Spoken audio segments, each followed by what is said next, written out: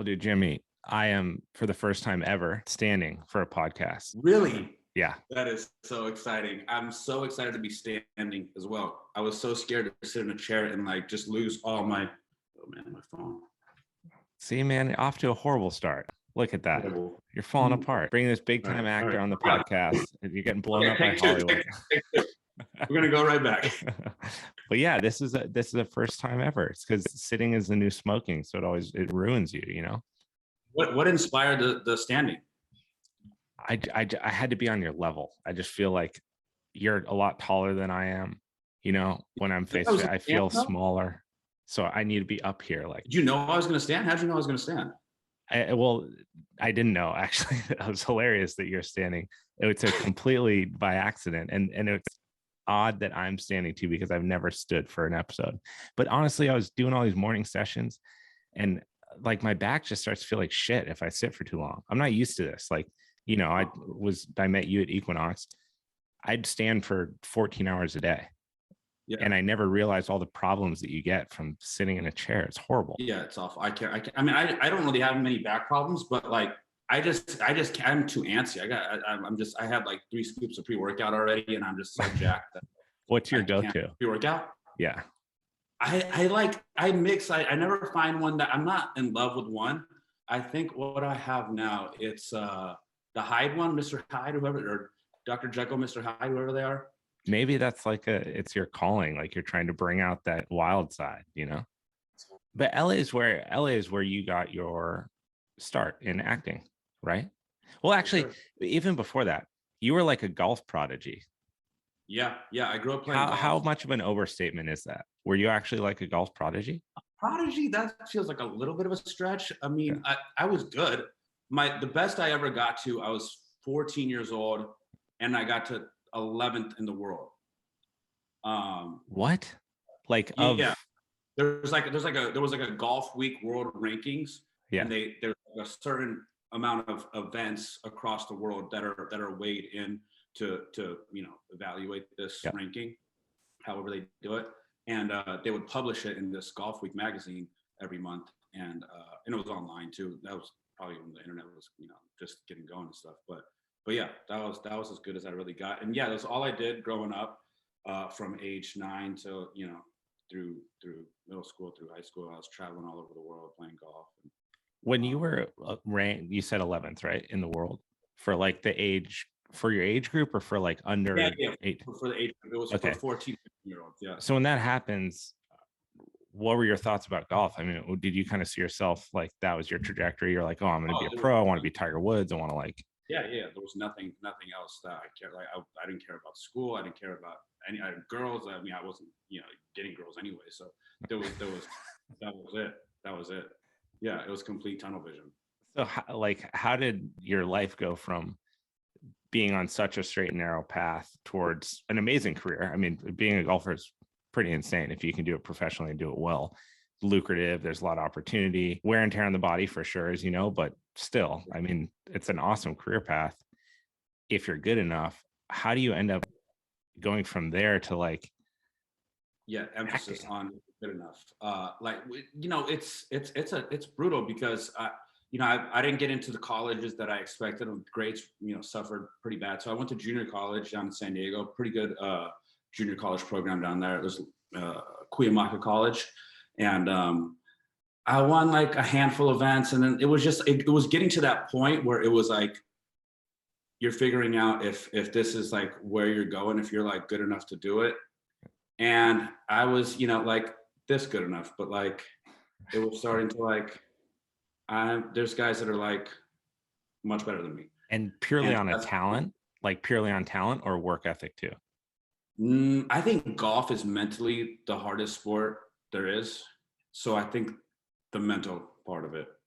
How so? I mean, it's the one sport that I know of that where the object is waiting for you to do something. That is a really interesting way of thinking about it. You have to make it's not reactional, to where basketball's thrown at you, you shoot it. Like football's thrown at you, you do it. So, and obviously, there's a time cap on like you can't sit over the ball for like 5 minutes and hit it, but like that moment of like standing there and like waiting to hit it, like the amount of bad thoughts that can go through your head. Oh, dude. I mean, every time I've ever, I claim responsibility for getting Bob into golf. And when he and I were playing, like we would play every Sunday, and we did it for about a year. He kept going with it, became a lot better. I didn't, but it's because I hit this point every time when I get consistent with golf where like it's fun and I'm getting better. And then I get to this point where I realize like if I want to be better than I am, I'm going to have to start practicing it. And then every time I play and I'm not like putting in extra work, it's just all over the place.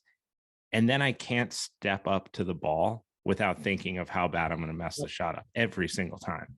And right. undoubtedly you do. And that like whatever, like 5 seconds or even less are just like a whirlwind of like so many different thoughts. Like, is the club there? Is it there? Is my arm here? Is my leg there? Is my hip here? Is it, you know, how do you clear that up? I mean, obviously I didn't. Like, I mean, I've had moments where I have, like, you know, but yeah, that's why, you know, like Tiger, like when he was in his prime, like the stuff that he was doing is like insane. I mean, the mental fortitude that he had when he was in his primes, like, I mean, I don't think there's a more greater like dominance of in any sports when he had his run, you know? I mean, it's pretty remarkable.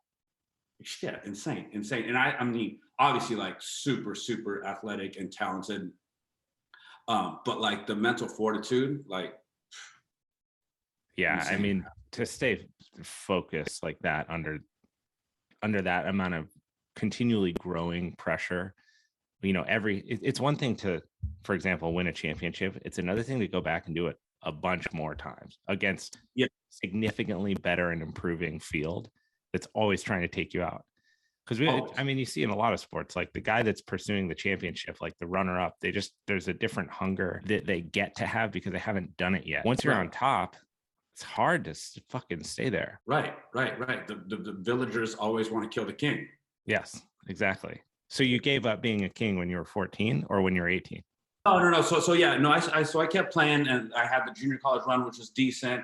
And then I went to San Francisco State. I played a year there. And that was like very mediocre at best. And then I finished there. And then I stayed in San Francisco for like a year or so. I was playing little like mini tour events there.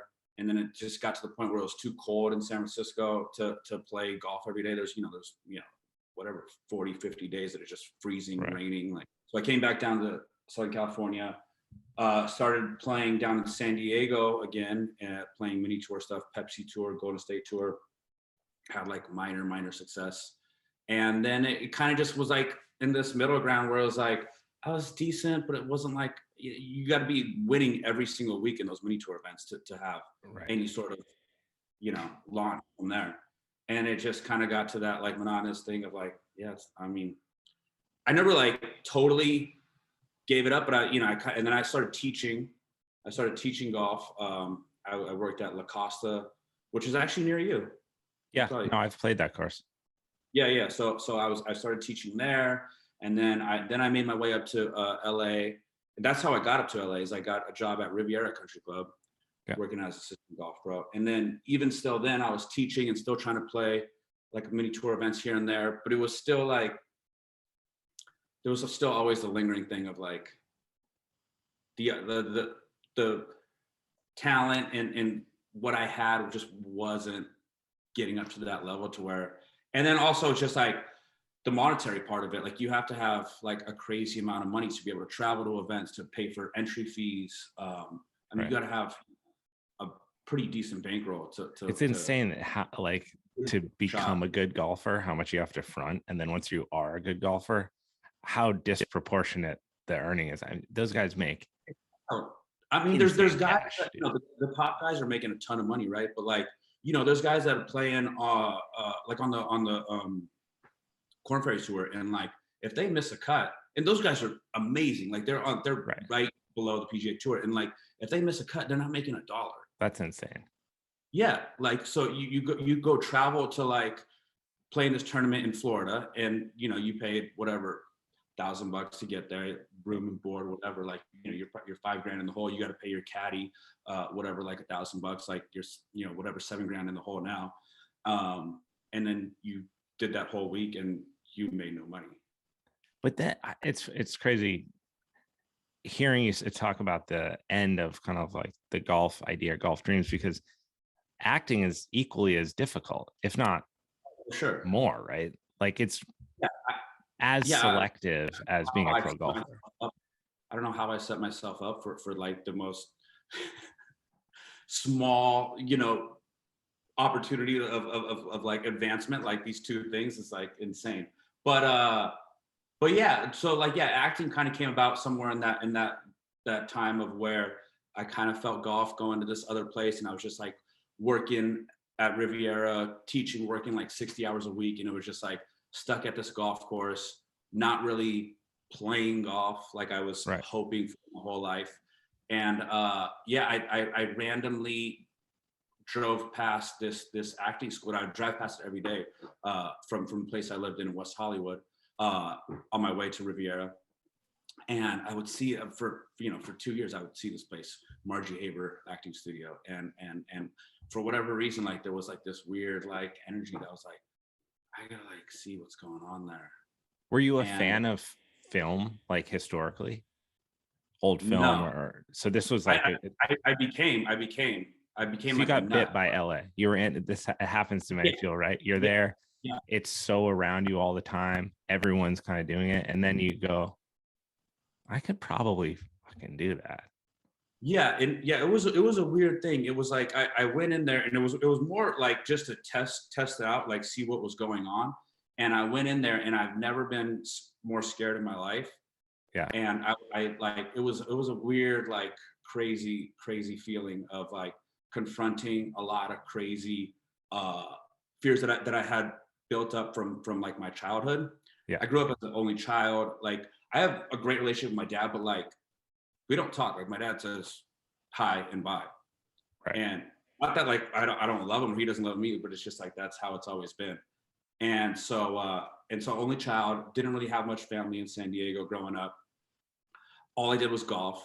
Golf's a singular sport. You don't talk to people, you don't hang Right. out. Like I didn't have many golf friends, and I didn't really like. I wasn't cognizant of that. I was just like, that's just how my life is. And then so I went in there, and I was just like terrified of public speaking, terrified of any sort of like performance in front of people. And like it just became this thing where I was like, I kind of like this thing clicked where I was like, wow, like I've been living in this like crazy fear for 25 years of my life. And then like it became this like exhilaration of like, I gotta like really chase this fear, which, I think uh, is something like you have to do. Like when you have that thing just like building inside of you of this fear, and What's the fear of for you at that point? a fear of, like judgment, Mhm. of like expression, that I think it stemmed from like a lot of stuff. Like I think a lot of it stemmed from like my dad too. Like I said, that like he this is a long story too. That Let's go, baby. I know. So there's like when I grew up, where do we start this? So my dad's from Michigan, Flint, Michigan, and growing up, we'd go every summer. We'd go on a road trip in this big yellow 1978 GMC motorhome, and we go clear across country, drive across country, and we go for like the whole entire summer for like almost 3 months. And I think we started going when I was like 8, and on the third, I think it was the third year when I was 10. He got busted for moving crazy amounts of weed across country in this motorhome. Shit. Yeah. No way. While you're with him. And this is like 92 or 93. And They're not so, selling the weed on Abbot Kinney yet. Yeah. Weed is like fucking cocaine at this point, Yeah. And so him and his brother, Chris, were moving crazy amounts of weed across country. And, obviously you can't get, at that point, you couldn't get a lot of weed into Michigan. So they had a pretty good business going. But, one day we're just driving to my grandma's place in Flint in the motorhome, and 50 detectives, FBI's, cops just come guns blazing. And I'm like, did you run a red light, Dad? Like, what just happened? and No they way. just come charging on the motorhome, yank us all off. I'm screaming and yelling. I'm like, what is going on? I have no clue. And how did I get to the story? I think just from that point, I didn't have like my dad never like spoke about it to me, and it kind of he went to jail for like a year and 3 months. He like kind of got a good deal, and then he was in a halfway house for like 9 months. Was he an And addict, or it was just I'm sorry. he was like a drug addict aside from the No, he wasn't. weed? No, Oh, no, he wasn't a the drug addict. halfway. Oh, in between, like. They put him in like one of these halfway houses where like it's basically like you can go work, but then it's Gotcha. like, Okay. Yeah. Sorry, I thought you meant like a rehabilitation center. no, it's Gotcha. kind of like a nicer jail, Yep. a little freer jail. And and it was like never spoken about. Like my mom wouldn't talk to me about it, and it was just like this weird thing. And I think from that point, like I never really like I thought the normal thing was you just like don't talk about things. So you're saying that experience might have caused you to shell up emotionally about some things? For sure. Yeah. 1,000,000%. Yeah. And so you had to confront that Yeah. when And you this thing was start like acting.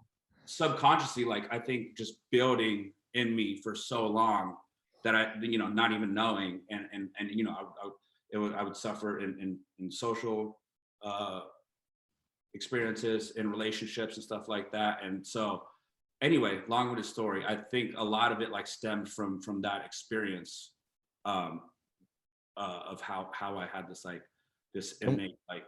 Say the name of the school again that you were at. Oh, Margie Haber. So Haber. are they like a Meisner technique school, or what's their approach Yeah, to acting? yeah, they do. So I only went there for like 6 or so months, but they mostly do Meisner. They did a couple other like Stanislavski stuff. But yeah, that kind of like catapulted me to go to Beverly Hills Playhouse, which I've been at for like 8 years now, and I still go there. It's our Tuesday night. So what do you, at the Playhouse, you were in productions, or that's just kind of like an open mic night for acting technique? Pretty much, yeah. It's like open mic. So you basically like you figure out what kind of scenes you want to do, but they actually do productions there. They have a theater company there. It's called Crimson Square, and so yeah, they do probably, I don't know, 4 or 5 productions a year, give or take. When I got bit by this bug too. You and I have talked about this in the past, but when I was at Equinox, like I was crushing it, right? I was working nonstop, like couldn't get out of my own way, but I just felt like I wanted to do something else. And so I had started going to Joan Barron, DW Brown studio on like Wilshire what is it, Lincoln and 4th. Those are parallel streets, so it's definitely not that. But it's right there by the Wendy's in Santa Monica. Anyway, and I walked into that class, and like that experience was so wild for me, because I've seen like therapists and stuff for different things, sports therapists for when I was skiing. I've seen like other therapists for just personal issues, but acting was like this oddly therapeutic thing where I think the only way I can describe it is when the door closed for class. Mm-hmm. Those situations where people like, just be yourself, and you kind of like always inside you're like, I can't fully fucking be myself, it's me weird, people are going to judge me, right? Yeah. But in that class, like when the door shut and they said be yourself, it was 100% like nobody fucking cares what you think about yourself. Right. Go up there. And it was weird. It was like not weird, it was cool. It was like stadium seating to a mini stage that was lit. Right. So like when you're up there in front of your whole class, right? And everyone's sitting there with a notepad because they're like taking notes from you, the instructor. And you'd get up there and we would do a different exercise, like, where you stand face to face. I say something, you repeat it back. I repeat it back. You repeat it back. Yeah, exactly. And we would go through stuff, and like, it was really therapeutic emotionally. You kind of take this, like you're an onion, and you pull back these layers of how you learned to react to people based on all the shit that goes on in your life. So you have an experience like that with your dad, where you're going across the country, this shit happens, and you go, whoa, I need to shut the fuck up when I'm around people. And so it's like, bam, there's like an onion layer.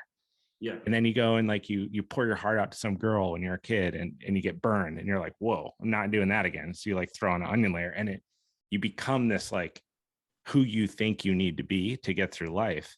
Right. But acting, that's bad acting. When you see it, that's a bad actor because they're pretending. But good actors make you feel connected to the scene. You're like, holy shit, like Leonardo DiCaprio just went fucking off. But I think he actually did that, even though he's pretending. It's just real. And I walked out of those classes like completely different perspective for who I thought I was or how I should be in life. And then you become aware of it because you see how other people react to shit. And you're like, that's not really how you feel. Exactly. You're not being real. Right. When push comes to shove and like that comes out, whatever that situation is and how they respond to that. Like that the onion is a perfect example of how these things like build up. And then you just like lose the feel of like how to handle like certain situations and like you're not, it's just a very cathartic thing. Yes, 100%. You're getting to. And it's unexpected. Like I didn't expect to go into an acting class and walk out of there with anything other than the ability to act, which is actually the last thing I got. I didn't even get that. I got all these other things about personal reflections on how I am in situations. And you also get to, it's a rare opportunity to see other people be really, really real. Right. Because they're not worried about judgment. Right. The ability to be like completely vulnerable in like that situation, the door closes like that, but like you take that with you. Like it's inevitable to like take that experience with you, I think. And yeah, it's beautiful. What did you start like going to auditions and stuff when you were in school or when you were in the Playhouse? Like when did that whole like, okay, I'm gonna actually give this a fucking shot? Yeah. So I would, like I said, I went to March Haber for whatever it was, like 6 months. It kind of like I got what I needed out of it from that point, and I needed to find something a little, I don't know, a little more like catered to something bigger, because there was a handful of people that were just there because they thought it was like something fun to do, and there was like kids there that like their parents were making them go there, so it was like I kind of like weeded that out, and I was just like, I don't know if this is the place. And so Beverly Hills Playhouse came along, and probably like a year into going there and like doing a lot of work, like I do 2 scenes a week, I do any and everything I could. And then in about a year into that, then I got a manager, I got an agent, and then the ball started to roll on that. What was your first casting experience like? Oh, well, I did like a lot of commercial stuff where you just show up and you take a picture and they ask you, you do a slate or whatever, and then tell us a little bit about yourself, right? And then fucking Jimmy, bitch. Yeah, exactly. And then you do golf, whatever it might be. But those are rough, because it's just like, what are you trying to get out of this? Like, obviously they just want like some personality and stuff like that. But yeah, I think I think the scariest one I ever, like one of the first scary ones that I had was I went in for Narcos, and it was this like 6-page like with like 3 different monologues, and like I got it maybe like 5 days before I had to go in. This was when we still like went in person. Probably 5 years ago. And maybe more than that. Probably like 6 years ago. And that was like the most terrifying experience I've ever been in. But luckily, like I went in just guns blazing and like kind of crushed it. Didn't get it, but that was like the most intimidating one. So who's sitting? I mean, when you do that, who's across from you when you walk in there? Oh yeah, when you walk in there, it's just like some a casting associate that reads with you, and then there's like sometimes they're just they're reading with you and operating the camera. Yeah. But like this situation, which is how it should be, is like there's a reader, that's just reading, and then there's a camera operator, and they're usually both like casting associates. And like for that situation, I was in the scene, I was supposed to be talking to a woman, and like the reader's a guy, and they're just they're just working on, and they're just reading rote, right? Like they're throwing it out as is. They're not putting any emotion behind it. They're not matching you. It's just like, well, once in a while, like not once in a while, but like, like half of the time they're into it and they want to help you, yeah, and they're pushing you to like, get in there, and so they'll get into it a little bit.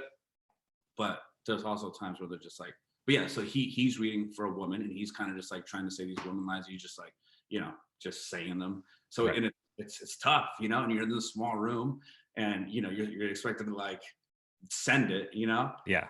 and so yeah, I mean, those experiences are tough. So how do you prepare for that? Because when I was at Baron Brown, like when we would do scenes, you prepare the scene rote entirely from front to back, like basically exactly as I'm talking now. I would just learn every single line like this, no matter what's happening, even if somebody's getting killed. And then you would do the same. And then when you and I are in the scene together, we start, and then the acting comes out of the fact that you're actually responding to what I'm saying, and I'm then responding to you, which is what we actually do in conversation. And that gives it this sense of realness.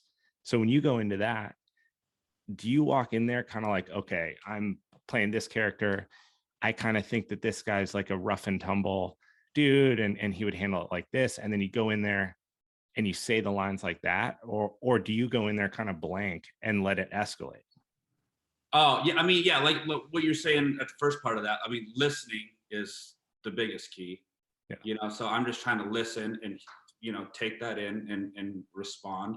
But yeah, I mean, when I go in, like there's usually some sort of arc, especially if it's like a decent scene. There's sometimes you just like 2 lines and you're like, okay, Right. like, I'm just delivering the pizza. You like eggs? Yeah, yeah, you like that? Mean dogs. Dogs. Yeah, Eggs. sure. Yeah, eggs. But yeah, I mean, like I usually try to create an arc, like know that it needs to go here and then it needs to go here, and so that kind of creates like this path that I know where to go, and so I'm not just like waiting for a line to say line, say the line, and so I know like this needs to go here, and then there's there's an issue that happens in the middle there where that I got to figure out, and then just to get to home base.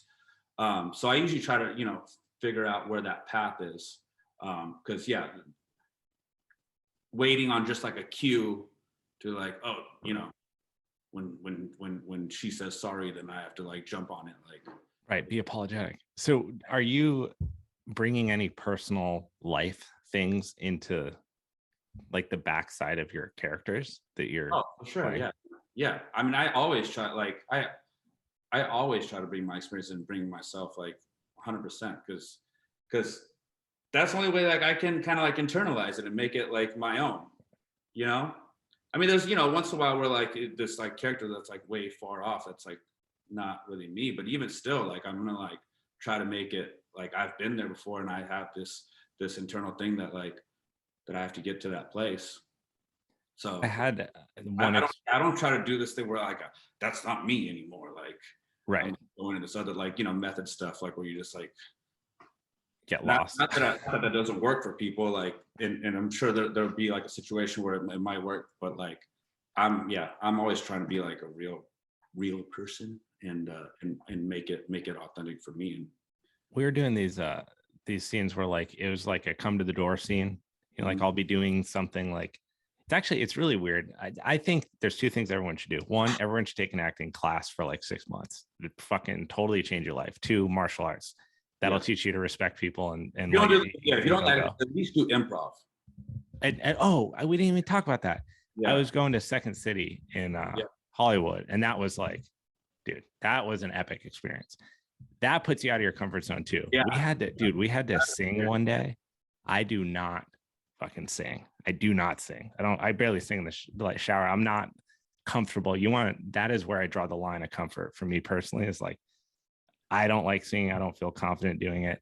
And we had to do singing one day at improv. And I was like, it was the only situation I've been in like with a group where I was like, I gotta go. I need to like leave. Like I was ready to get out of there. I was like, I'm not going to make it through this. And you start building up all those judgments and insecurities and weirdness about yourself when like no one gives a shit, dude. We're going around in a circle and the guy's on the keyboard with like a rhythm, and we're all just we're doing a song where you have to pick up the end of someone else's and continue on the beat. And keep it going. Yeah. Dude, like hairstand, I get all fucking fucked up about it. It's so weird. It's scary, man. It's scary. No, I still have those thoughts where you're in that situation. You're like, I mean, I can leave. Like, Yeah. what's stopping me from leaving? But then when you stay and like you actually confront those things, it's like, it's weird, man. It's like you walk through a door. It's kind of like you're like, oh, I'm different than I was a couple of seconds ago. But yeah, we were doing this scene. It was a come to the door scene. So I'm doing a task. So like, putting together a puzzle. Now I see this in movies all the time. And I had never seen it before we did this exercise, but I would be there, or maybe you're sending a text message, whatever. And then you come to the door, so I respond to the door opening. Yeah. You come in and we get into some kind of conversation. And my job is to keep doing the task. And your job is to inform me of whatever thing you have to tell me. And it creates this escalation of, I get frustrated because I'm trying to get this done. You get mad because I'm not listening to you, whatever. Right. And to prep for the scene, we were instructed to like basically use something from your past that was like emotionally charged up. And I'd never done this before, and went in the back and like kind of closed my eyes. And I just went through like this really horrible situation that happened in my life. And when I walked out there, it like fucked me up. Like for a couple of days after that, I felt like I went like too much in that direction. Yeah. So like, how do you balance creating this, like the true nature of a character and bringing all those like Jimmy pieces into it, but not like overextending yourself emotionally and messing yourself up? Or is that even something that you think about? I mean, yeah, I've gone, definitely to dark places, but like I like embrace it. Like at this point, like it's amazing we can get that deep and like really feel that, like, and it's like I just take it and I feel it and I use it in that, and that's, if I was in that situation, I'd use it, and like it happens, then you kind of like move on, like, and then you walk through the next door. Right. It's I think you have to be able to like do it and then say like, okay, that was done, and then like now we're on to a new day. And it's like you have to build up a tough skin. Obviously easier said than done, but like, I've like audition, like you turn, like now too, like you turn in like audition tapes and like they just like you send it off and it goes into the ether and like you don't hear anything. You're just like, right, because it's not in person anymore. Yeah, it's like, was it good? Was it bad? Do you have a moment in your career you think of as like your break? Have you had your break yet? I mean, I've had some good opportunities. I wouldn't go as far as like a break, I guess. But yeah, I've had like Curb Your Enthusiasm were like two pretty good, I guess. There's little breaks, yeah, because how did those come about? So pretty funny actually. So I know Larry through the golf course from Riviera. I've known him probably from pre-acting. Yeah. When you were actually like a pro there. Yeah. Gotcha. So also for context, I worked as a golf pro there for 4.5 years, and then once the acting thing started to happen, I'm like, I gotta, because working as a golf pro there, you're an employee of the club, and you have to clock in 40 hours and be there like 60 hours really, because you're teaching on the side and stuff like that. And so I knew Larry when I first started working there, and not like we were hanging out and slinging jokes and having drinks and stuff like that. Well, and for context, for those listening that might not be from California, the Riviera is like, I mean, that's the bee's knees of country clubs, right? If you are a celebrity and you golf and you want to do it at the nicest place in the world, probably going to go to Riv, right? Yeah. Riv, I mean, there's Riviera, LA Country Club, but they're like not into celebrities and stuff like that. Like, I guess there was a big thing. Michael Jordan tried to join. Well, they're into like anti-Semitism, right? And like being dicks. It's a strange place. Yeah. Awesome golf. I've heard a lot of horrible things about that. Yeah. It's a strange place, but they're having the US Open there soon, so good for them. But yeah, there, and then like Bel Air's awesome, big celebrity place like that. And it's, not like a championship style golf course, I guess you would say, but I mean, it's awesome. It's an awesome course, but there's like a lot of the guys there too. So, but yeah, Riviera, the place you kind of want to be. Right. So you're there, you and Larry David are best friends, basically. You're writing Curb with him. Yeah, pretty much. Yeah. And so, yeah, once I started to get acting going, I had to kind of leave the golf pro, and I just started caddying there. So as like an independent contractor. And so somewhere in that point, I started caddying for him, which that was probably 5 years ago now, somewhere in there. And so I was out on the golf course with him one day, and they just announced that he's doing season 9 after he's been on hiatus for like 5 years. Right. Yeah.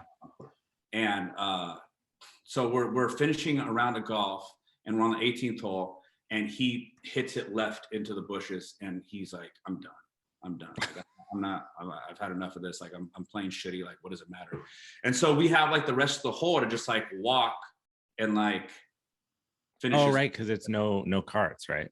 Yeah. No, there's carts, but at this time we were just walking. And so we have this like 10 minutes to like be in this like depressing end of this round together, and so I just kind of like blurt, after like 2 minutes of like silence, I kind of blurted out like, oh, hey, I heard the big announcement. And he's like, oh, yeah, it's good, right? And it's like, yeah. So and he, at this point, he didn't, I don't know, man, maybe he did knew that I was acting and stuff. But so I said, that's amazing. That's a congrats. And he's like, yeah, whatever.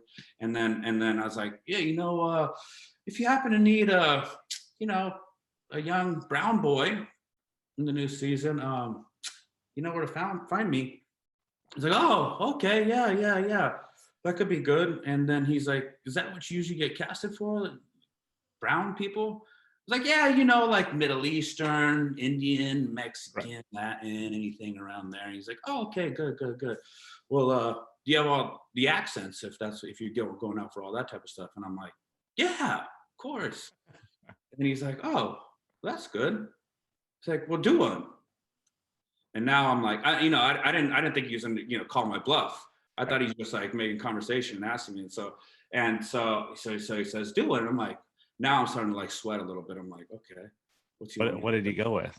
So he wanted me to do a Persian accent. And then I just did it. But I went into this thing where I was like, it was a full Indian accent. It was a full Indian accent for sure. And I was like, I was working at this restaurant, and we have all kinds of different rices. We have brown rice, we have white rice, we have yellow rice. What kind of rice would you like? And then I started talking about like different kinds of chicken that we had, I think, like, and I just like went into this like Indian restaurant for like a minute and a half. And I could feel him like starting to like almost walk away and like not pay attention to me after about a minute and a half of it. And I finish, and I'm like, okay, I think this is probably done. Right. And then it's just like silent. I'm like, how was it? And he was like, it was okay. Fuck, I just ruined my one opportunity that like he basically was auditioning me. Right. Yeah. And then I'm like, oh my gosh, this is so bad. Like he like hates me. Like there's no way I'm ever gonna be on the show. Like he's gonna like tell all of Hollywood how bad I am. Right. This guy can't do Indian accents. Yeah. And so that was kind of the end of that. Season 9 went through. I didn't get a call. Wait, so that was it? He didn't like undo. He wasn't like, hey, by the way, that was fire. I started like harassing his casting office. I found out who his casting office was. I was like, I would go over there. They were in like Silver Lake. I would like go drop off my headshot and resume. Like I did that probably for a year. Like I would go drop it off. After that moment. Because I was like, I have to like keep like following up. Like I can't like lose, and so I would just keep doing that. And then season 10 came around, and they just like gave me a call out of the blue, like just called me and said, hey, Larry wants you to be on season 10. And they wanted me to be a golf stickler, and they kind of gave me like this like outline, and they asked me what they were looking for rules infractions. And so like I gave him like 4 different rules infractions from like an actual like the Yeah, rule yeah. book for golfing, right? Yeah, for golf, yeah. And so I gave them like 4 different options, and they used 2 of the options that I gave. So basically, yeah, I wrote that episode pretty much. So Damn. but yeah, so that's kind of how that came along. And then luckily the season 10 episode went pretty well. And then then they kind of brought me back for this past season. So how does this work? Like you get onto an episode, you're relentless in your approach to do this, which I think is a very key part, because I would imagine 99% of people go, well, that, I gave my best, and then they kind of leave it. Yeah. Right. But you have to be so persistent to rise to the top of how many other millions of people there are trying to do this. Yeah. So you get on the episode, you now have a credit, right, on a major production with a major studio, with big time actors, legends in the industry. Does it feel like hurry up and wait, like that happens and you're like, okay, cool, my career's about to take off? Yeah. Or totally. Like what can transpire from that? What things did you feel like would and didn't? And then like, how do you keep moving along and use that to your benefit? Yeah, it's a crazy like whirlwind and like roller coaster, because like it happens and you're like on top of the world, and you're like then tomorrow after the episode airs, Monday, I'm gonna get calls from everyone, and they're gonna want me, and every studio is gonna call, every agent is gonna be knocking at my door, and like it's kind of crickets, and you're like, all right, well, I guess I'll just go back to the drawing board, and drawing board, and then but yeah, it's just like a roller coaster. You have to like kind of take it as it comes, and like the ebbs and flows of it. And but yeah, like even so then my next, I guess, break that I got, I just in September, I shot Peter Farrelley's follow up to Green Book. It's a movie called The Greatest Beer Run Ever, which is a wild experience. Wait, when does that come out? September of this year. Yeah.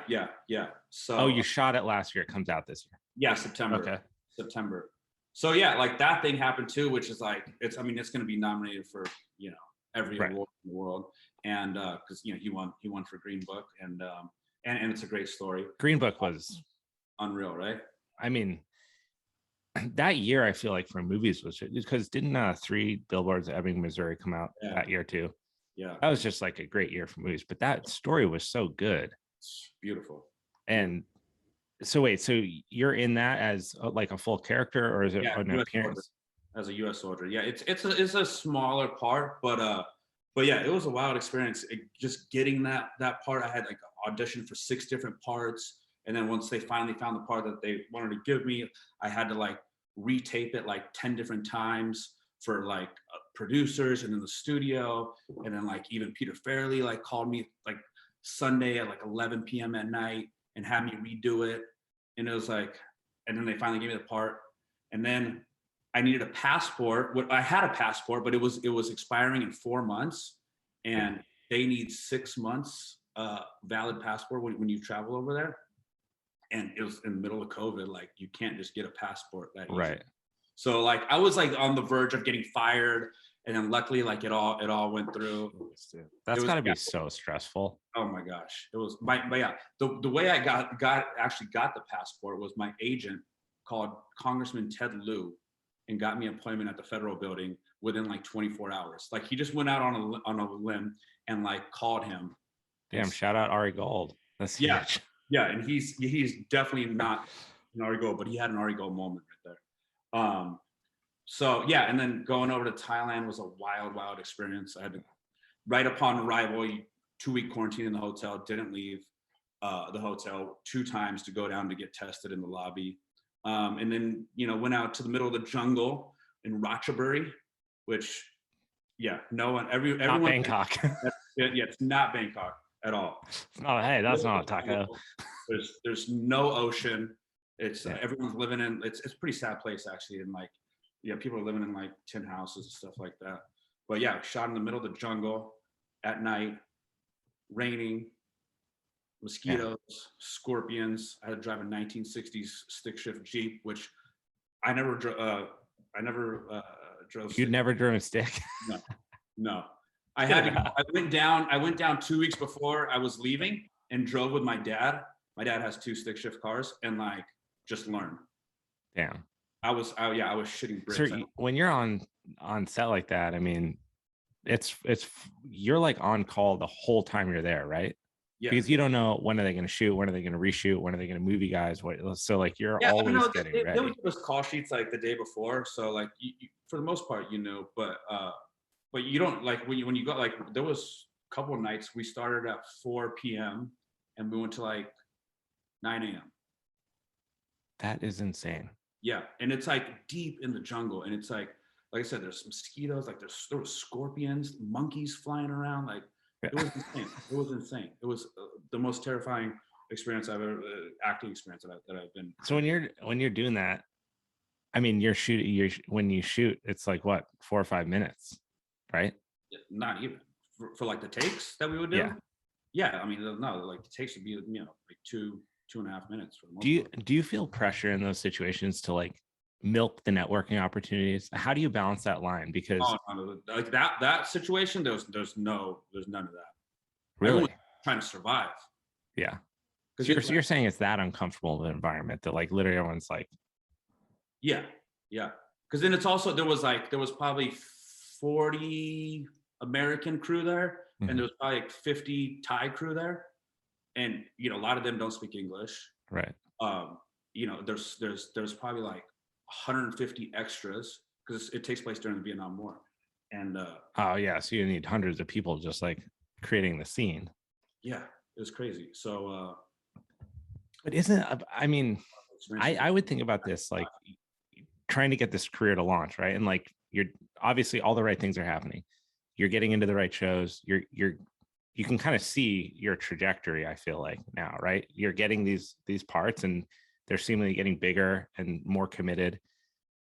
So when you're on set, when you're in those opportunities, like those are the people you want to know, those are the actors you want to talk to, and it's got to be a weird line to walk to not overextend for sure yourself, right? And come off as some prick that like no one wants to hang out with because you're just trying to milk everybody for it. So like, how do you create valuable relationships in those situations where you can then come back to that in the future to maybe present yourself with more opportunities?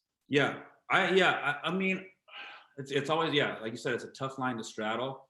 I always, when I'm in those situations where I think there's you know could be a opportunity, or I could, you know, this networking thing could help that, like I always revert to being interested as opposed to like trying to be interesting. I like that.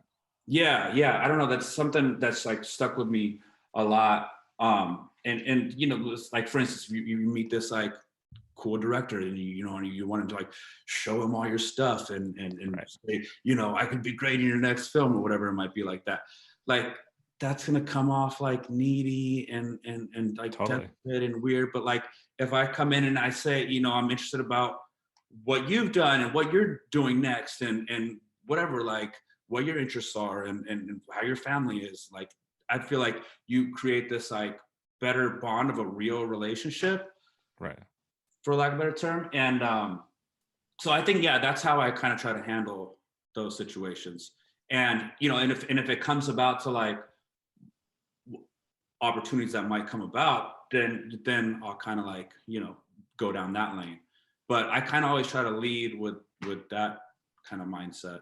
And I like that. I think it makes total sense. Like it's almost more memorable to be someone who is a good listener and interested than to be someone who's trying. It's so clear, right? When someone is trying to take advantage of who you are, what you do. And I mean, that's true at any stage. Like if you were on the set and a person who hadn't been cast, but was there, you know, as a extra or something, and they were asking you about what you do, that would be more interesting than then coming up and being like, oh, hey, can you put my name in for so-and-so? Or like, no one wants to deal with that. Gonna remember that. It's just like, it's very off-putting, you know, you just like, you begging for something for free. It's just like, nothing good comes out of that. How do you feel like the film industry is changing now that you have like, I mean, shit, Netflix, Peacock, Paramount, all these, the landscape of just production seems to be changing so much. Are movies going to be like as big as they were in the past, or how do, as an actor who's feels like not, just because they don't have, big box office releases and stuff like that. But I think they will find some sort of like flow where it'll still, like, HBO's releasing, they're still doing really, really well. Like, there's still always going to be a need for more content, and there's always going to be a need for new stories and stories that haven't been told. So I mean, a lot of people are looking at it like in a negative context, to where it's like, oh, movie theaters are going extinct, and it's harder, and it's you got to get on one of the big Netflix or Hulu or whatever it is like that. So I mean, I think it's only growing, and it's only going to get bigger and bigger. Yeah, it's interesting seeing how much content is being produced. And I've loved movies my whole life. I enjoyed going to the theater physically, but even that experience is definitely starting to change a little bit. And it's strange when you're sitting at home and all of a sudden, like, The Matrix is just on your TV. Crazy. And I mean, I remember, standing in line for the first one to maybe get a ticket to go and being like so hyped. And now it's just there. It's in your living room. You want to watch it. But and then even after that, like, you'd have to wait like 4 or 5 months for it to come on DVD. Right. So if you miss a movie, and that was part of it, actually, I think, is that if you missed it in theaters, you had to wait, and people were talking about it, and you felt like, it's like FOMO, you're missing out. And then you got to wait for this thing to come out, and then you can watch it. Yeah. Now it's like the buildup is just a little bit different. Yeah. But I mean, shit, I can't believe I'm not even remembering the name of the new James Bond movie, despite being a self-proclaimed James Bond fan. No Time to Die, right? No Time to Die. Thank you. Massive production. Yeah, insane. Huge. I mean, there's cash in the industry. Yeah. I mean, they crashed. How many Range Rovers and Land Rovers did they crash? That scene to me was like, again, as a James Bond fan who couldn't even remember the name of the movie, that was the only scene where I was like, okay. Everything else is like, you can kind of hide it under the Bondness of what's going on. And then that scene was happening. I'm like, this dude just single-handedly, with basically no weapon, took out 16 people and 4 Range Rovers in a forest that he's never been in. No one on the like the writing team was like, hey, can we talk about the forest? Yeah. But the scene when they're in the car and he's having the conversation with the girl, that's like an epic scene. Yeah. What's her name was really amazing too. What's her name? De Armas, Alina De Armas, what was her name? I think so. Sick fight scene in it. Yeah. It was, do you see yourself, like, when you think of your ideal character, like, who do you want to play? Who do you want to be remembered as an actor? And what kind of opportunities you want to challenge yourself within film or TV, I guess? Yeah, I mean, I hadn't really thought of like in that like crazy like macro thing of like, who am I going to be in 50 years type of thing, and but like current day right now, I mean, I'm writing 2 things. I'm writing a TV pilot, and I have a screenplay also that's going to be in a stage play as well. Oh, sweet. And that's based off the earlier story with my pops. Oh, nice. Moving across the country and stuff like that. But he also, what I also didn't throw in that statement too is he owned a bicycle shop down in San Diego for 15 years called Cycling Tunes. Yeah. So so that's the stage play and the screenplay. So so the Cycling Tunes is the bike shop, and that's going to be the front for the big operation. Oh, sweet. And so this will be written as a multi-act play, right? The stage version of it will be just basically this like repair garage of the bicycle shop, and basically it's a port for everything coming in and out. Yeah. And so I mean, that I want to make really, really badly. and then this I have it's a golf TV pilot. So those two things are like at the forefront of what I want to get done. I don't know if that's a really answering question of what I want to be or what I Oh see yeah, that's it. I mean, that's what I see myself doing. I imagine like theater's got to be a lot different than film. Yeah. But you want to write. Do you like writing as much as you like acting? Like, do you see yourself doing something like that where you're doing 50-50 or? Yeah, I mean, there's times where like I get really delved into writing, and it's like when it's going good, it's like it's amazing. Yeah. But I don't have like the knack to like sit down and write for 8 hours a day, 5 days a week, and like work in like a writing room or something like that. Like I feel like that kind of stuff though, writing deepens your skill as an actor because now you're having to think about characters from a completely different angle. So if you can understand 360, you got it for everyone. Totally. And you're actually making shorts too, right? Yeah. I'm always trying to make something. I do, a lot of Super 8 stuff too. I don't know if you've seen that. Like I have it on Instagram and like Vimeo and stuff like that. But yeah, I have like an old Super 8 camera. I let someone borrow it. Bad move. I love shooting with, and it's which is it's such a crazy art because there's you get a can of film and it's about 2.25 minutes, and you obviously can't edit it or anything until you get the cut of it. But there's one place in all of LA that does a scan of it, and it's in Burbank, and it's like basically it's like $200 a can to get it, to buy the film and then get it developed. And you don't even know what you get. You're just praying and hoping that it's something cool. So it's like a real beautiful, like kind of lost-ish art, but it's like becoming pretty cool again. But yeah. So anyway, to answer your question, I love shooting that and making little shorts out of that. How does knowing that it's going to potentially get messed up, like how does that change your approach to it? You got to plan a little more than you would if you were just shooting on like a digital camera. Like you gotta plan a shot. You can't just like walk around and just shoot anything, So you kind of gotta have a little trail of where you're gonna go. And then I mean that's just kind of like the beauty of it. It's like if it fucking sucks and it doesn't work out, then yeah, part of it. I had this little camera back here. It's like a 35 millimeter film camera. Yeah. And I brought it to Vietnam. My mom's a photographer. When I was there, I was like, this will be great. It's cool because when you shoot photos, you obviously can't see them when you're shooting them. So one, your shot composition improves a little bit because you're like concerned with it being good before you shoot it. Yeah. But then it's a fun way of looking back on memories because you don't know what you're doing. And then you get the film later and it died and I can't fix it. And I took it to that camera shop on Sepulveda, like the big one, the huge one. Yeah. And they couldn't figure it out. And so there's like 15 shots in this camera that I have no idea where they're from. I'm really bummed because I want to see them, but like, I don't know. Yeah. It's such a fun roll of dice, but it does heartbreaking when like stuff like that happens. And yeah, they're so like finicky, these old film cameras that like, one thing little breaks and they're like, oh, we don't fix those anymore. Like we can't get the parts for those and they're kind of done. But yeah, it's a dying art, but a beautiful one. But yeah, when it happens, like when it does happen, how you want it to and how you hope to, like it's pretty magical.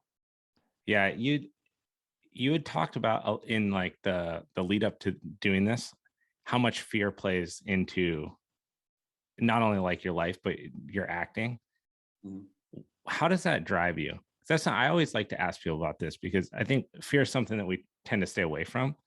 Mm-hmm. But I think it's like instrumental in fucking doing anything that you want to do because it tends to like sharpen you. Does anything scare you in film still? Yeah. I mean, I get scared every time I perform. I think it's good for us. It's like we need this to like keep going. And it's if there isn't any fear, it's like you're just living like this like Truman Show, and it's like there's nothing that's like exhilarating to like keep growing and finding new things. But yeah, I mean, I was scared as shit to be on this. Like I was freaking out the last like 72 hours. I'm like, oh man, dude, what am I gonna say? How's this gonna work? Like, Well, I'm just trying to especially make listening to people like look all the like guys you've had, all these amazing people you've had. It's like, how am I gonna live up to this? But I was just like, there was a lot of points where I just, you just think about it. It's like you got that tells you that you have to do it, and like you got to like muscle up and like, I think that's the key. That's the part is I actually like using fear as a driver. Like I talk about jujitsu all the time, but like when I go in, there's certain people I know in there are going to give me a tough time. They're going to beat my ass. And that kind of sucks to walk into a lot of times. Yeah. But I force myself. I'm like, that means that's what fear is, like a great indicator of what you need. If you're afraid to audition for something, that's the one you got to audition for. Yeah. If you're afraid of like releasing something that you wrote or created because of criticism, like this happens every time with this podcast. I get to the end and I'm like, oh, man, I don't know. Like, did I ask the right questions? Did we talk about the right stuff? Was there enough flow in it? And I get like, oh, I don't know if I should put out. And then you just do. And one, no one cares ever. Yeah. Literally no one ever cares about all the things that we care about as individuals. People just don't give a shit. That's all in our head. And everything, how everything moves so fast nowadays. Like, it's like, this thing happens. It's like, yeah, it's gonna be an amazing experience, but it's like to dwell on the negativity of it. It's like, what are you doing?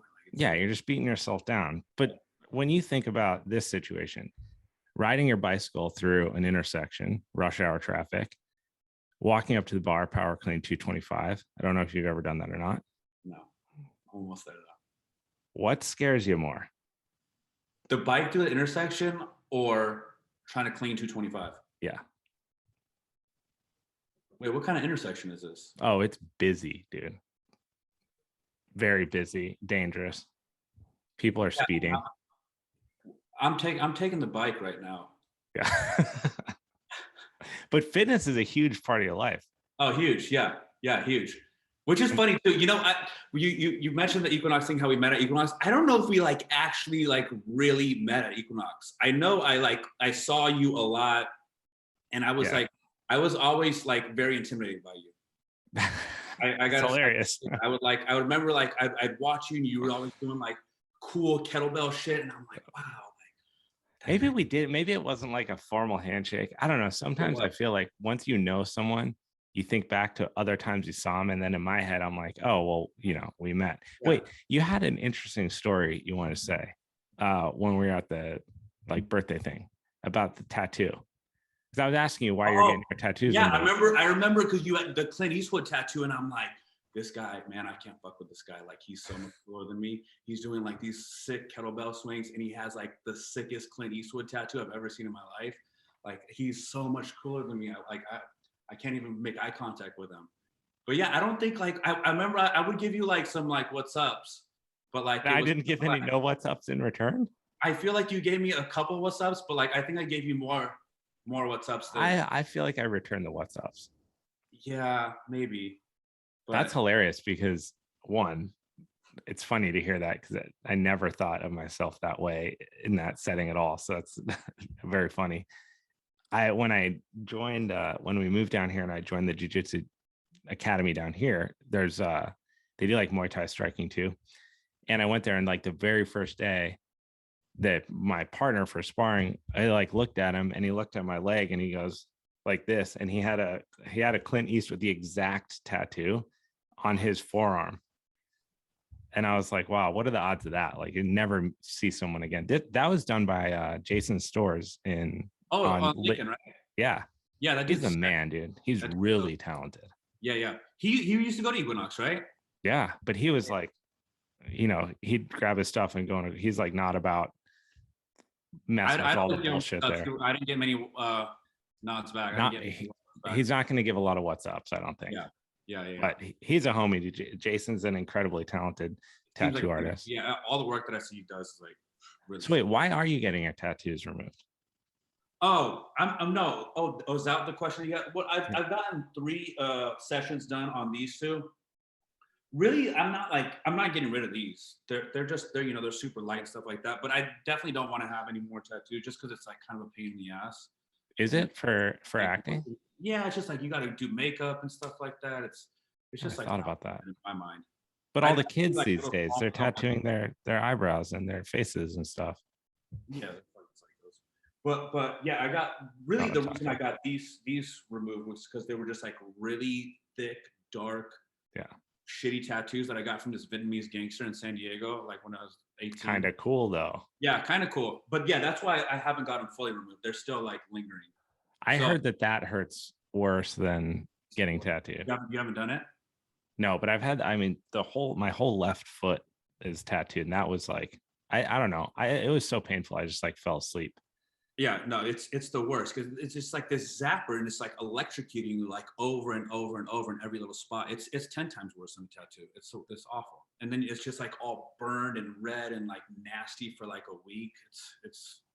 I knew this guy is actually from Equinox, but he was like from the neck all the way down, everywhere, to the wrist, like all the way down to the ankle. And he would always be getting his tattoos removed so that he could get more tattoos where they were. I mean, he had officially ran out of space and he just kept wanting to get more. That's crazy. I was like, I don't know. That didn't make sense to me. I don't even like, even when you fully do all the removal, like I don't even know if like your skin is like clear enough to like go over and like do some cool shit on it. Yeah, it does look kind of, I think it's almost a look now because now people are starting to get tattoos removed. So they don't fully go away, right? Well, I think it's still like this one was like 3 sessions and it's like, you can see probably, I'd say, I don't know, like 25% of it still. And you're done. No more? No, that's fine. It's good enough. Did you do a neck tattoo? No, never. Then you could just get typecast as like a SoundCloud rapper. Yeah, no, I'm not doing that. No, got to keep it clean. Well, dude, James, I appreciate you taking the time, man, to be on the podcast. Let people know, where can they find you? Where can they listen to you? Shorts, writing, Playhouse, hit them with all the goods. Yeah. Okay. Website, Jimmy Rajneel, Jimmy. Rajneel is my middle name. Rajneel, RAJNEEL.com. I got most of my work on there. I got Vimeo, James Fahselt, Fahselt. What else do I got? Oh, I'm doing a play in North Hollywood called The Rage Fairy. When? Play Detective Goodman. It opens February 12th, and it'll go every weekend in February and the first 2 weekends of March, I think. Oh, I'll come up for that. I want to see that. 100%. We'll get Bobby to go. Oh, we have to get Bobby to go. I can't believe that Larry David didn't like your Indian impersonation. Well, he wanted Persian. And if you should have talked about like gold tapestries or something. I know. I took a shot though. I still feel very proud that I went for it because looking back, I could have easily like froze up on that, and it would have been.